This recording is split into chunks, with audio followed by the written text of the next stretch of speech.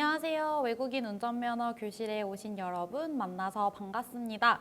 이번 차시에 학습할 내용은 음주운전, 난폭운전, 보복운전 이 세 가지에 대해서 알아보도록 하겠습니다. 구체적으로는 음주, 난폭, 보복운전의 의미와 처벌에 대해서 말씀드리고 또 관련된 문제를 저와 함께 풀어보시도록 하겠습니다. 우선 첫 번째 음주운전부터 말씀드리도록 하겠습니다. 여러분들께서는 음주운전에 대해서 얼마나 알고 계실까요? 저는 음주운전의 의미에 대해서 말씀을 드리려고 합니다. 우선 기본적으로 선생님들께서 많이 알고 계시는 음주운전의 의미, 바로 술을 마신 상태에서 운전하는 것이라고 생각합니다. 이 술을 마신 상태에서 운전하는 것, 바로 주치운전이라고 하는데 음주운전은 이 단순히 주치운전만 의미하는 것은 아닙니다. 선생님들께서 꼭 기억해 주셔야 할 부분이 바로 과음한 다음날 운전하는 것입니다. 그래서 과음한 다음날 운전하는 것을 한 번쯤 들어보셨겠지만 바로 숙취운전이라고 합니다. 그래서 음주운전의 정확한 의미라고 하면 주치운전과 숙취운전 이 두 가지의 개념을 포함해서 기억을 해 주시기 바랍니다. 그러면 구체적으로 우리 법에는 음주운전이 어떻게 규정이 되어 있는지 함께 알아보도록 하겠습니다. 우선 우리 도로교통법 제44조에 따르면 음주운전이란 누구든지 술에 취한 상태에서 자동차 등 노면 전차, 자전거 등을 운전하여서는 아니 된다라고 규정이 되어 있습니다. 저는 이 법 조항에 대해서 좀 하나하나 뜯어서 선생님들과 함께 좀 확인해 보려고 합니다. 우선 첫 번째 구절인 누구든지 술에 취한 상태에서 바로 요 술에 취한 상태에 대해서 알아보도록 하겠습니다. 우리 법에는 술에 취한 상태를 아주 구체적으로 정의를 하고 있습니다. 어떻게 정의를 하고 있냐면 바로 혈중 알코올 농도 0.03% 이상 이 바로 술에 취한 상태이다 라고 정확하게 규정을 하고 있습니다. 그래서 선생님들께서 꼭 기억을 해주셔야 하는 이 부분이 혈중 알코올 농도 0.03%라는 이 수치를 기억을 해주시기 바랍니다. 두 번째 구절 살펴보도록 하겠습니다. 자동차 등, 노면 전차, 자전거 등인데요. 이 구체적으로 어떤 것들이 포함이 되는지 설명을 드리도록 하겠습니다. 바로 승용차, 승합차, 화물차, 특수 이륜 자동차, 일부 건설기계, 원동기 장치 자전거가 포함이 됩니다. 선생님들께서 특히나 기억을 해주셔야 하는 부분이 바로 이 자전거입니다. 자전거도 음주 단속의 대상이 될 수 있으며 음주 단속을 만약에 거부할 경우에 처벌받을 수 있다는 점을 기억을 해주시기 바랍니다. 그리고 추가적으로 아마 전차 시에 들으셨을 것 같은데 개인용 이동장치, 특히 전동 킥보드도 음주 단속의 대상이 될 수 있다는 점을 알아주시기 바랍니다. 그 다음 구절인 운전하여서는 아니 된다에서 운전의 의미를 알아보도록 하겠습니다. 여기서 운전이란 우리 법에서 도로에서 차마를 본래 사용 방법에 따라 사용하는 것, 즉 조종을 포함합니다. 그런데 많은 분들께서 좀 의문을 제기하시는 부분이 있습니다. 바로 이 도로에서라는 부분인데요. 그러면 음주운전이라는 게 혹시 도로가 아니라 도로가 아닌 데서 음주운전을 하면 괜찮은 것이냐라고 가끔 여쭤보시는 분들이 계시더라고요. 사실 절대로 도로이든 도로가 아니든 어디서든 음주운전을 하시면 안 됩니다. 혹시 도로가 아닌 곳에서 음주운전을 하시다가 적발이 되신다면 운전면허 정지나 취소와 같은 행정처분은 받지 않을 수 있겠지만 벌금이나 징역형과 같은 형사처벌은 받으실 수 있습니다. 이렇게 음주운전의 의미, 우리 법에 어떻게 규정이 되어 있는지 살펴보았습니다. 이번에는 음주운전을 하면 어떻게 처벌을 받는지 한번 알아보도록 하겠습니다. 우리 법에는 이 음주운전을 세 가지로 처벌을 하고 있는데 하나씩 살펴보도록 하겠습니다. 우선 첫 번째는 민사상 책임이고요. 두 번째는 행정상 책임, 세 번째는 형사상 책임, 이렇게 세 가지 책임을 지게 되어 있습니다. 우선 첫 번째 민사상 책임의 경우는 다들 알고 계시겠지만 음주운전으로 인해서 사고를 낸 케이스에 피해자가 분명히 발생했을 것입니다. 그래서 이 피해자에 대한 손해배상을 하는 것이 바로 민사상 책임에 해당합니다. 그리고 이 사고가 나게 되면 기본적으로 보험 처리를 하게 되는데 이 음주운전으로 인해서 이제 사고 처리를 했던 이 기록이 이제 또 보험에 남게 되면 보험료 할증이라는 불이익을 받으시게 될 수 있습니다. 그 다음에 행정상 책임입니다. 행정처분이라고 하는데 이것은 면허와 관련한 조치입니다. 그래서 면허가 이제 100일 정지가 될 수 있습니다. 이 100일 정지와 같은 경우는 이제 벌점을 100점을 받게 되는 경우인데 그 벌점이 40점부터 1점당 1일씩 정지 처분을 받게 됩니다. 혹은 이제 면허가 취소가 되는 경우가 있습니다. 이 취소가 되는 경우는 이제 취소가 됐다고 해서 바로 운전면허를 다시 취득하실 수 있는 것이 아니라 결격 기간을 거치고 난 다음에 이제 면허 취소 처분이 풀리고 다시 이제 면허를 취득하실 수 있는 자격을 얻어서 면허를 따실 수가 있습니다. 그리고 형사상 책임이 있는데 이 형사상 책임은 징역형, 금고형, 벌금형 등이 있습니다. 그래서 이제 음주운전을 하게 되는 경우 이렇게 다양하게 책임을 져야 된다는 점을 기억해 주시기 바랍니다. 다음으로는 다른 개념인 난폭운전에 대해서 다뤄보도록 하겠습니다. 우선 난폭운전이란 위험성이 높은 9개의 위반 행위 중 첫 번째, 2 이상의 행위를 연달아 하거나 두 번째, 하나의 행위를 지속 반복하여 불특정 다수의 운전자에게 위협 또는 위해를 가하거나 교통상 위험을 일으키는 행위를 말합니다. 이 설명이 조금 어렵게 느껴지실 수도 있는데 선생님들께서 꼭 기억하셔야 할 포인트를 제가 좀 짚어서 말씀드리도록 하겠습니다. 우선 첫 번째는 바로 불특정 다수의 운전자라는 점입니다. 그러니까 정확하게 대상이 정해져 있지 않고 그냥 도로 위에 아무 운전자가 대상이 될 수 있다는 점이 이제 해당이 되고요. 그 다음에 2 이상의 행위를 연달아 하거나 혹은 행위가 이제 반복되는 경우에 해당이 됩니다.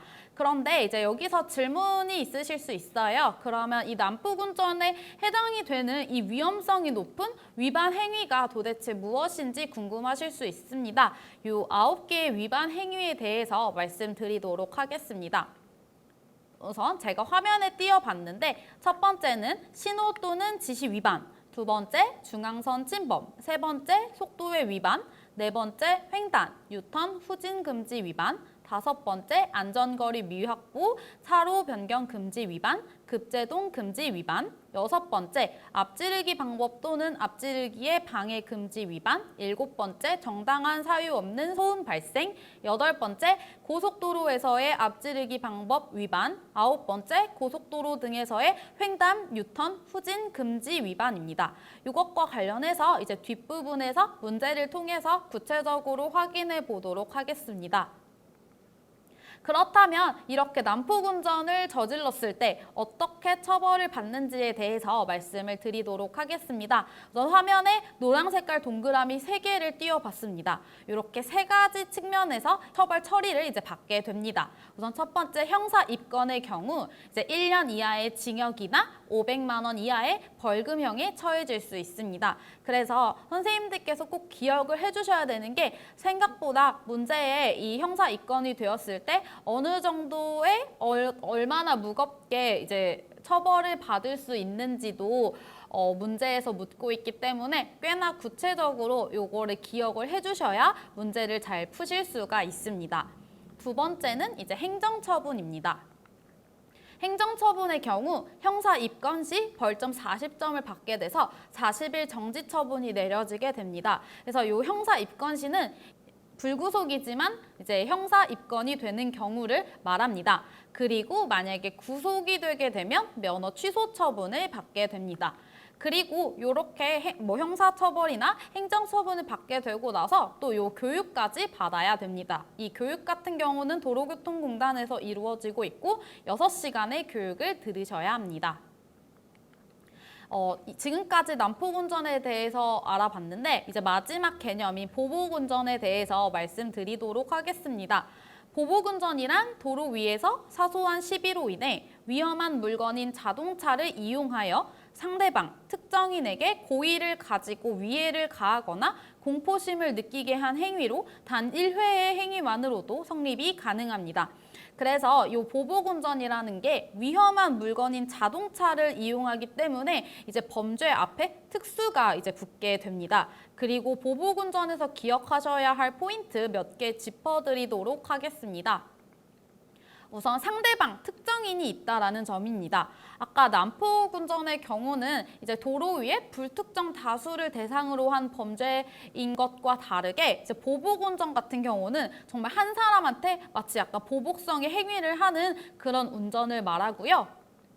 이거는 또 아까 난폭운전은 이제 행위가 여러 개 반복이 되는 경우에 성립이 된다고 했는데 보복운전의 경우 단 한 번의 행위만으로도 이 성립이 가능하다는 점이 차이가 있습니다.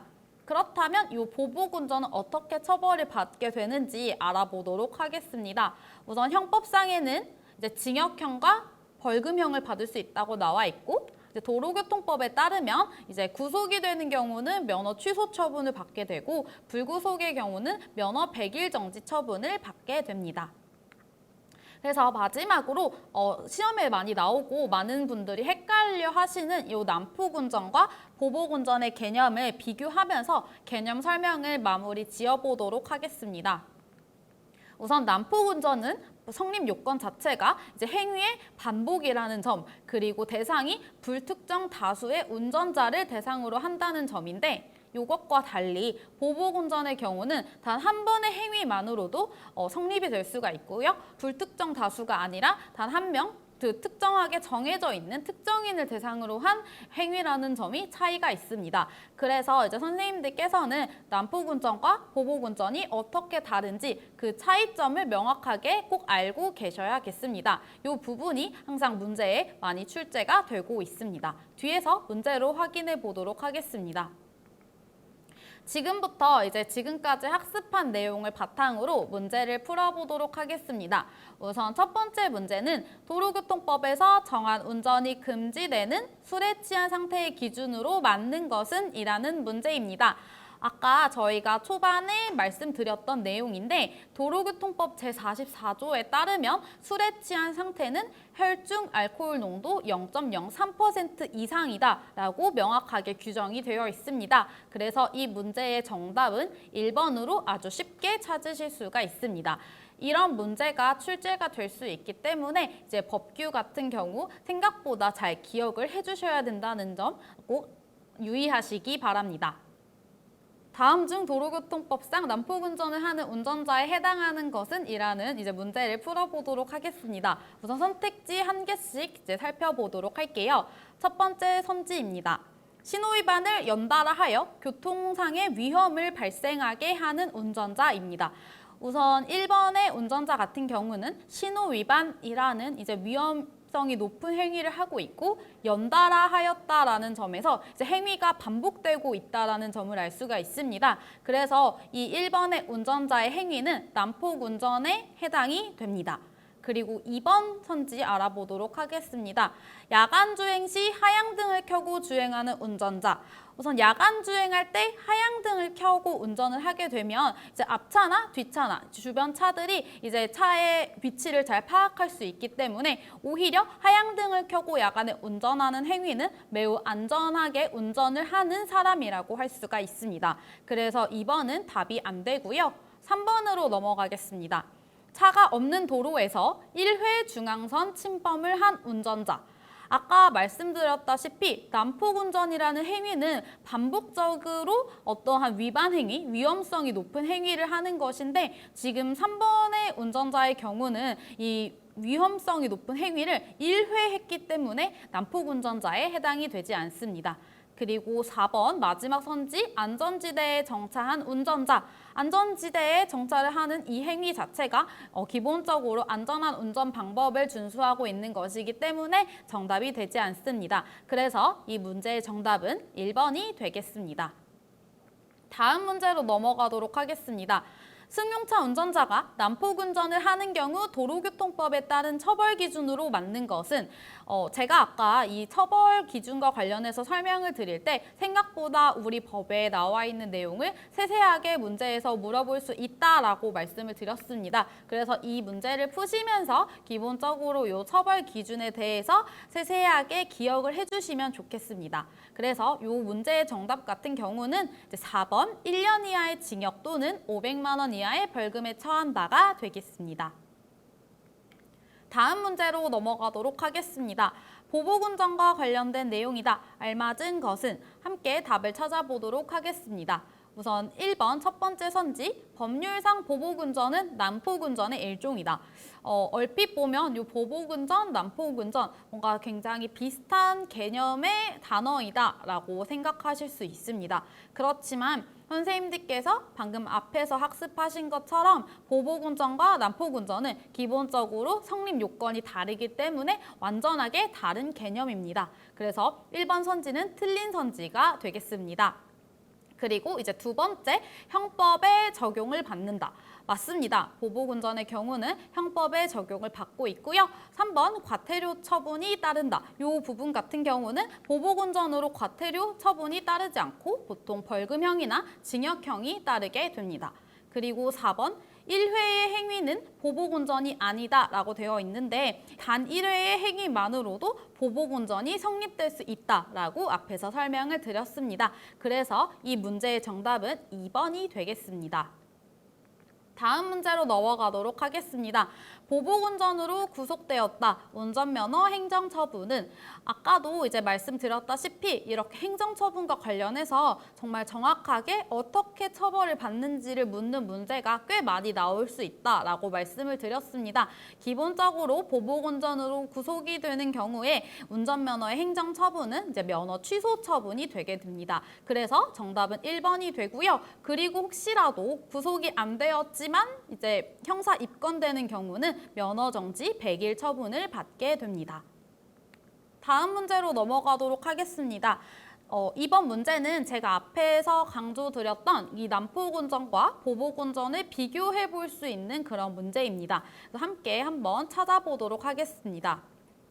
우선 첫 번째 선지, 오토바이 운전자가 정당한 사유 없이 소음을 반복하여 불특정 다수에게 위협을 가하는 경우는 보복운전에 해당된다라고 되어 있는데 우선 이 오토바이 운전자가 불특정 다수에게 위협을 가했다라는 점에서 이 선지의 경우는 이제 보복이 아니라 난폭운전에 해당됩니다. 그래서 1번은 정답이 아니고요. 두 번째 선지로 넘어가도록 하겠습니다. 승용차 운전자가 중앙선 침범 및 속도 위반을 연달아 하여 불특정 다수에게 위해를 가하는 경우는 난폭운전에 해당된다. 요 운전자 같은 경우는 중앙선 침범 및 속도 위반이라는 위험성이 높은 행위를 했고 불특정 다수에게 했기 때문에 이 행위는 보복운전이 아니라 난폭운전에 해당이 되기 때문에 2번 선지는 맞는 선지가 되겠습니다. 그리고 3번 보시겠습니다. 대형 트럭 운전자가 고의적으로 특정 차량 앞으로 앞지르기 하여 급제동한 경우는 난폭운전에 해당된다라고 되어 있는데 이 대형 트럭 운전자가 특정 차량 앞으로 갔다는 점에서 이제 범죄의 대상이 특정하게 이제 정해져 있다라는 것을 확인할 수 있습니다. 그래서 요거는 난폭운전이 아니라 보복운전에 해당이 되겠습니다. 그리고 마지막 4번은 버스 운전자가 반복적으로 앞지르기 방법을 위반하여 교통상의 위험을 발생하게 한 경우는 보복운전에 해당된다라고 되어 있는데 이제 반복적인 행위로 인해서 교통상의 위험, 그러니까 불특정 다수를 위험하게 한 경우는 보복운전이 아니라 난폭운전에 해당이 되겠습니다. 그래서 정답은 2번이 되겠습니다. 이렇게 해서 이제 음주운전, 난폭운전, 보복운전에 대해서 학습을 하고 문제까지 모두 풀어봤습니다.